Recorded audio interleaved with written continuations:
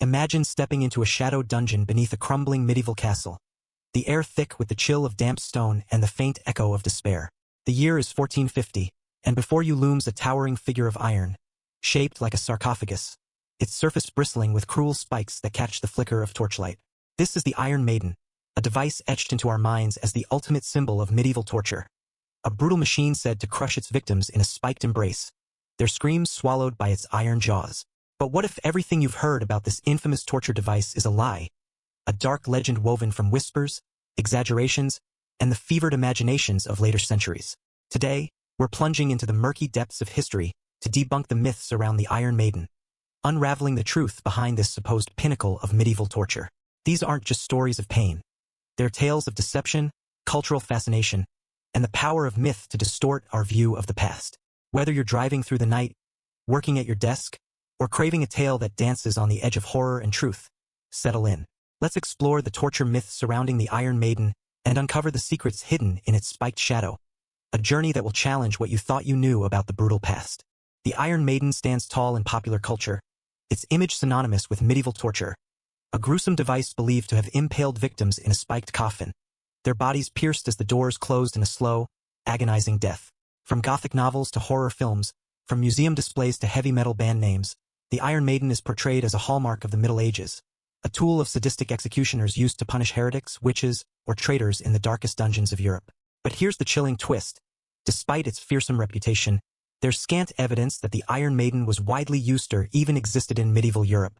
This medieval torture myth, born from a mix of historical misunderstanding, Enlightenment skepticism, and Victorian sensationalism, has captivated audiences for centuries, its spiked silhouette a symbol of a barbaric past. To understand the Iron Maiden, we must peel back layers of folklore, examine the real tools of medieval punishment, and explore why this myth took root in our collective psyche. This is a historical investigation into torture myths, a quest to separate fact from fiction in the shadow of the Iron Maiden. Let's set the scene in medieval Europe, from the 12th to the 15th centuries, a world of feudal lords, zealous priests, and superstitious peasants, where justice was a brutal affair. Punishments like hanging, beheading, burning at the stake, or the breaking wheel were public spectacles, designed to deter crime, enforce order, and satisfy demands for retribution. Torture devices, such as the rack, thumbscrews, or the strappado, were real and horrific, used to extract confessions or punish the guilty in ways that left crowds trembling. But the Iron Maiden, as we imagine it, a human-shaped iron cabinet lined with spikes that pierced the victim as it closed, is conspicuously absent from medieval records. Chroniclers like Jean Froissart, who detailed executions in vivid detail, or the Annals Ecclesiastici, which catalogue church punishments, make no mention of such a device. Medieval torture was public, meant to terrify and control, yet the Iron Maiden's supposed use in secret dungeons clashes with the era's obsession with spectacle-driven justice. So where did this torture myth come from, and why has it endured as a symbol of medieval cruelty? Let's debunk the myths around the Iron Maiden and uncover its true origins. The concept of the Iron Maiden likely emerged not in the Middle Ages but in the 18th and 19th centuries, during the Enlightenment and Victorian eras, when Europe became fascinated with the barbaric past. The term Iron Maiden first appeared in connection with a device called the Virgo Ferrata or Eisenjungfer, Iron Virgin, in Nuremberg, Germany. In 1793, Johann Philipp Siebanke's, a German antiquarian, described a spiked cabinet supposedly used in the Middle Ages to execute criminals, but his account lacks primary sources and is now considered speculative, possibly a misinterpretation of other devices. By the 19th century, as Europe romanticized its medieval past, museums and collectors began displaying Iron Maidens, often reconstructed or outright fabricated from vague descriptions. The famous Nuremberg Iron Maiden, showcased in the 1800s, became a sensation, drawing crowds eager for a glimpse of medieval horror. But historians like Wolfgang Schild in his book Torture in the Middle Ages argue these devices were likely inventions or misinterpretations of confinement tools, such as spiked cloaks or cages, not execution machines. This was the birth of the Iron Maiden myth, a torture myth fueled by curiosity, exaggeration, and a desire to paint the Middle Ages as a dark, savage era. Let's explore the supposed mechanics of the Iron Maiden to understand why it's unlikely as a medieval torture device. Imagine a human-shaped iron cabinet, its interior lined with sharp spikes, designed to close slowly, piercing the victim's body as the doors shut. The concept is horrifying. The spikes impale vital organs, heart, lungs, stomach, causing a slow, agonizing death, the victim trapped in a metal tomb. But this design raises practical questions that challenge its historical plausibility. Medieval executioners favored simple, cost-effective tools like the gallows, the wheel, or the stake, which were easy to construct and ideal for public spectacles. An Iron Maiden would require skilled blacksmiths, expensive iron, and precise engineering to create a hinged, spiked cabinet, resources rarely spared in a time of constant war and scarcity. Moreover, spikes would likely kill too quickly, piercing vital organs and causing rapid blood loss, defeating the purpose of torture, which was to prolong suffering or extract confessions. Real medieval devices, like the rack, which stretched limbs to dislocate joints, or the strappado, which hoisted victims by their arms, allowed controlled pain over hours or days, perfect for interrogation or public deterrence. The Iron Maiden's all-or-nothing design death by impalement lacks the nuance of documented tortures, suggesting it was a fiction born from later imaginations, not a tool of medieval torture. Let's dive into a story that highlights the Iron Maiden's mythical status. In 1802, a Nuremberg museum unveiled an Iron Maiden, said to have been used in the 16th century to punish heretics during the Reformation. The device, a rusted iron cabinet with internal spikes, drew crowds who shuddered at tales of its victims, their bodies pierced in secret executions. A local legend claimed a condemned woman, accused of witchcraft in 1550, was sealed inside, only for the device to be found empty the next day, with strange scratches on the spikes, as if she clawed her way out. Did she escape, aided by sympathizers who risked death to free her? Or was the story fabricated to boost the museum's allure? A marketing ploy to draw curious visitors? Nuremberg's execution logs, preserved in the city's archives, detail punishments like beheading and the wheel but make no mention of a spiked cabinet. Historians now believe the Nuremberg Iron Maiden was a 19th century reconstruction, likely inspired by the shanmantle, a spiked barrel used for public humiliation, not execution. This tale shows how the Iron Maiden, as a medieval torture myth, grew from sensationalism, blending fact and fiction to captivate audiences with tales of horror and mystery. Let's examine why the Iron Maiden myth took root in the cultural imagination. The 19th century was a time of profound change, with the Enlightenment challenging old beliefs and the Industrial Revolution reshaping society. The Middle Ages were romanticized as a dark, barbaric era, a contrast to modern progress. Writers like Edgar Allan Poe, in his 1842 story The Pit and the Pendulum, described elaborate torture devices, fueling public fascination with medieval cruelty. Museums and traveling exhibitions, like those of P.T. Barnum, capitalized on this, displaying medieval artifacts to shock and entertain. The Iron Maiden was a perfect fit. Its Gothic design, with spikes and a coffin-like shape, appealed to Victorian sensibilities, blending horror with moral superiority over the savage past. Yet medieval torture was more practical, relying on tools like the rack, which stretched victims to extract confessions, or the pair of anguish, which expanded inside the body to cause excruciating pain. These devices, documented in texts like the Malleus Maleficarum, 1486, a guide to witch hunting, were simpler and aligned with the era's goals of public deterrence or interrogation. The Iron Maiden's absence from such records, coupled with its impractical design, marks it as a torture myth, a product of 19th century imagination rather than medieval reality. Let's explore another tale, this one from 1820s France, where a Paris museum claimed to possess an Iron Maiden used during the Spanish Inquisition. The device, adorned with spikes and a grimacing iron face, was said to have executed heretics in secret dungeons beneath Toledo. Crowds flocked to see it, enthralled by stories of its victims, their screams muffled by iron walls. One tale spoke of a priest, condemned for heresy in 1540, sealed inside the device, only for his cries to stop abruptly. The Iron Maiden found empty with blood pooling beneath. Was this a miracle, suggesting divine intervention spared him? Or was it a fabricated story to draw visitors to the museum's exhibit? Spanish Inquisition records, meticulously kept, document tortures like the rack, waterboarding, and burning at the stake but make no mention of a spiked cabinet. Historians like Daniel Mannix, in his book The History of Torture, argue the Paris Iron Maiden was likely a 19th century creation, possibly inspired by spiked confinement cages used for public shaming, not killing. This mystery underscores the Iron Maiden's role as a medieval torture myth, its horror amplified by the era's obsession with the macabre and the unknown. Let's consider the real medieval torture devices that likely inspired the Iron Maiden myth, further debunking its historical validity. The shammantle, or cloak of shame, was a barrel or cage lined with blunt spikes, used in Germany and the Low Countries to humiliate criminals publicly. Offenders, often thieves or adulterers, were paraded through town in the spiked barrel, the spikes causing discomfort but not fatal wounds. Similarly, the Spanish cloak, a spiked garment or harness, was used to restrain prisoners, not execute them, its spikes pressing into the skin to discourage movement. These devices, documented in medieval court records from cities like Cologne and Bruges, were practical, cost-effective, and aligned with the era's emphasis on public punishment. The Iron Maiden, with its complex design and supposed lethality, stands in stark contrast. Crafting a human-shaped iron cabinet with moving parts and sharp spikes would have been prohibitively expensive and technically challenging in a time when even castles lacked advanced metallurgy. Moreover, the Malleus Maleficarum and other contemporary texts describe tortures like the rack, which dislocated joints, or the strappato, which dislocated shoulders, but never mention a spiked coffin. This absence reinforces the Iron Maiden as a torture myth, a later invention misattributed to the Middle Ages. Let's dive into the psychological appeal of the Iron Maiden myth, which helps explain its enduring grip on our imagination. For medieval societies, torture was a public ritual, designed to deter crime, enforce authority, and satisfy communal demands for justice. Devices like the breaking wheel, which shattered bones in town squares, or burning at the stake, which consumed heretics before crowds, were visible spectacles meant to instill fear. The Iron Maiden, with its supposed use in secret dungeons, taps into modern fears of hidden cruelty, a Gothic nightmare of being trapped and pierced in darkness, unseen by the world.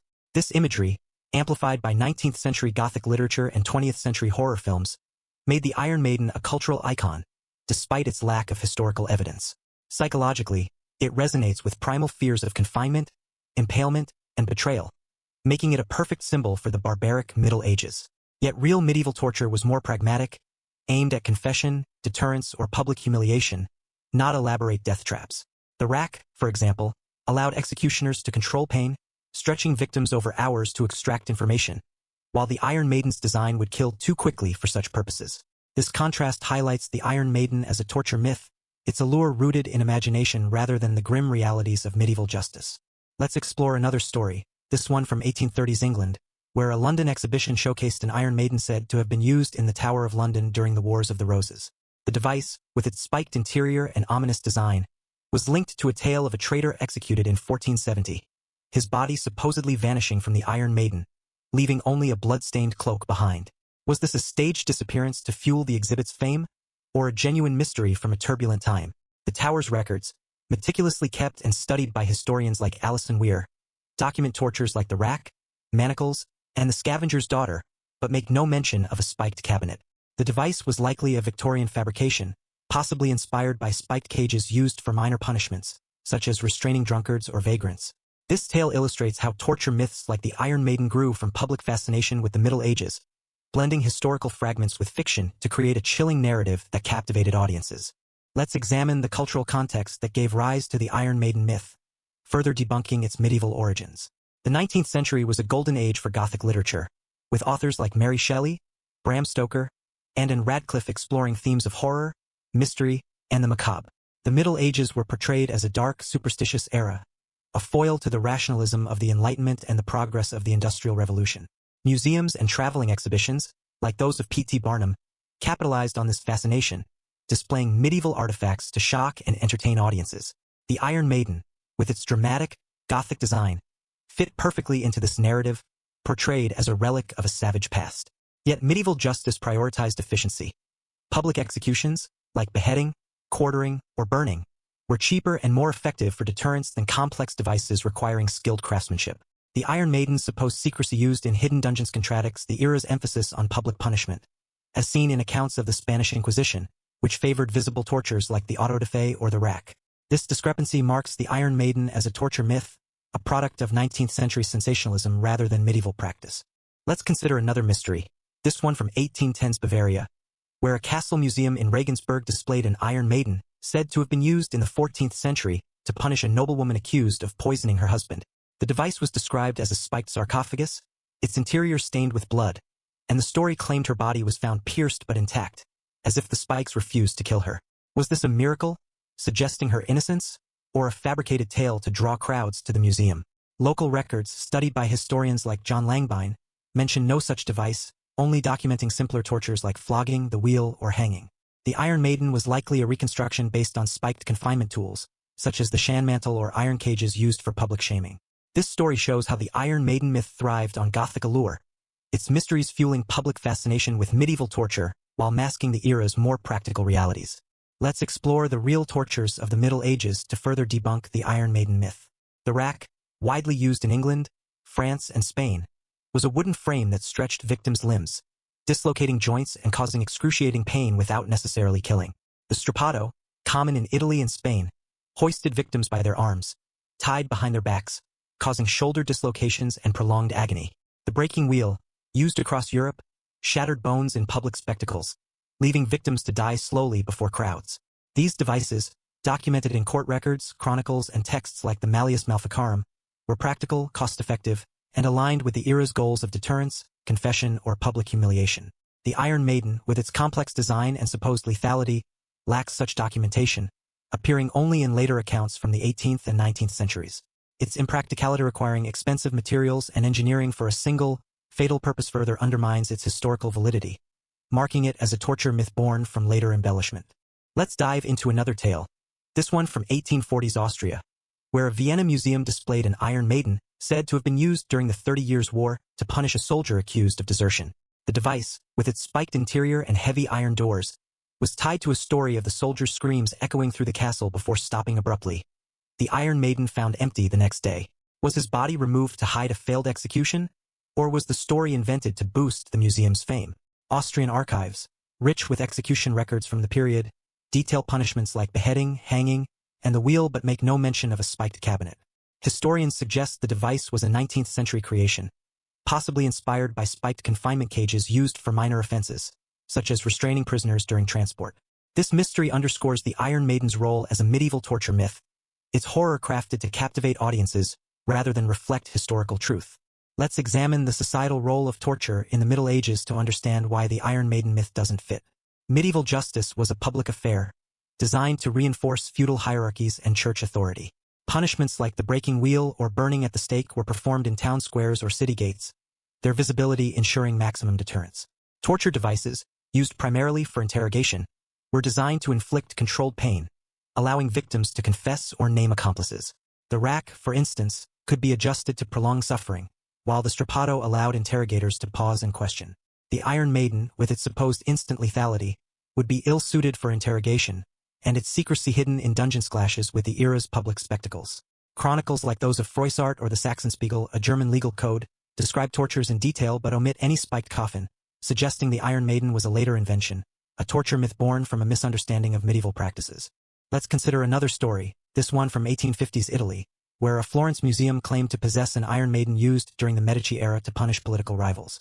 The device, with its ornate spikes and carved exterior, was linked to a tale of a nobleman accused of treason in 1498, his body supposedly vanishing from the Iron Maiden, leaving only a bloody dagger inside. Was this a staged mystery to draw crowds, or a genuine enigma from Florence's turbulent history? Medici court records, studied by historians like Niccolò Machiavelli, document executions by beheading or poison, but make no mention of a spiked cabinet. The device was likely a Victorian-era fabrication, inspired by spiked restraint devices or Gothic folklore. This tale illustrates how the Iron Maiden myth thrived on romanticized views of the Renaissance, blending history with fiction to create a chilling narrative. Let's explore the religious context of medieval torture to further debunk the Iron Maiden myth. The Church played a central role in medieval justice, framing crime as sin and punishment as divine retribution. The Spanish Inquisition, for example, used tortures like the rack, waterboarding, and the taca, a form of water torture, to extract confessions from heretics, as documented in Inquisition records. These methods were controlled, allowing victims to speak, aligning with the Church's goal of saving souls through repentance. The Iron Maiden, with its supposed fatal design, would serve no such purpose, killing too quickly for confession or redemption.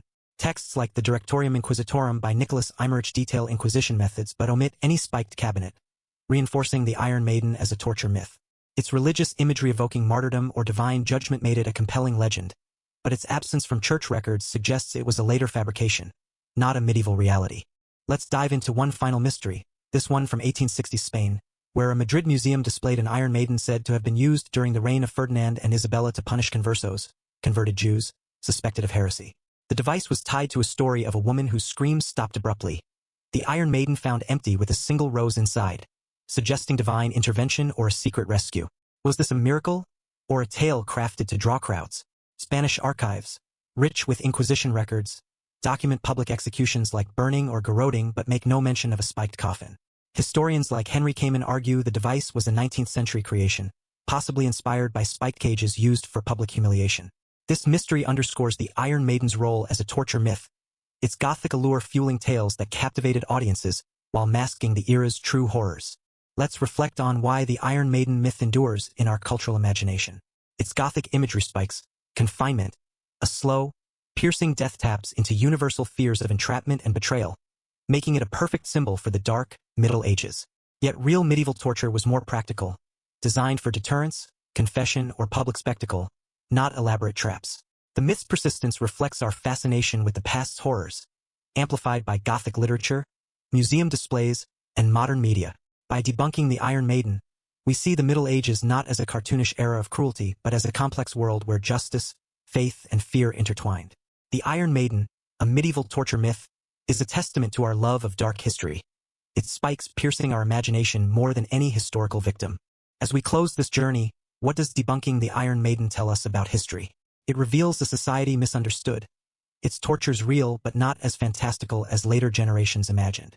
It shows how myths, born from fascination and exaggeration, can outlive the truth, shaping our view of the past. The Iron Maiden, a torture myth, is a mirror of our curiosity about cruelty, its legend a reminder that history is as much about stories as facts. If this dive into the myths of medieval torture gripped you, hit that subscribe button, ring the bell, and share your thoughts below. What's the most chilling torture myth you've heard? Were the Middle Ages as cruel as we think, or have we been misled by legend? Check our next video on the breaking wheel, where bones were crushed in truth, not myth. Stay curious, stay brave, and let history's mysteries haunt your dreams.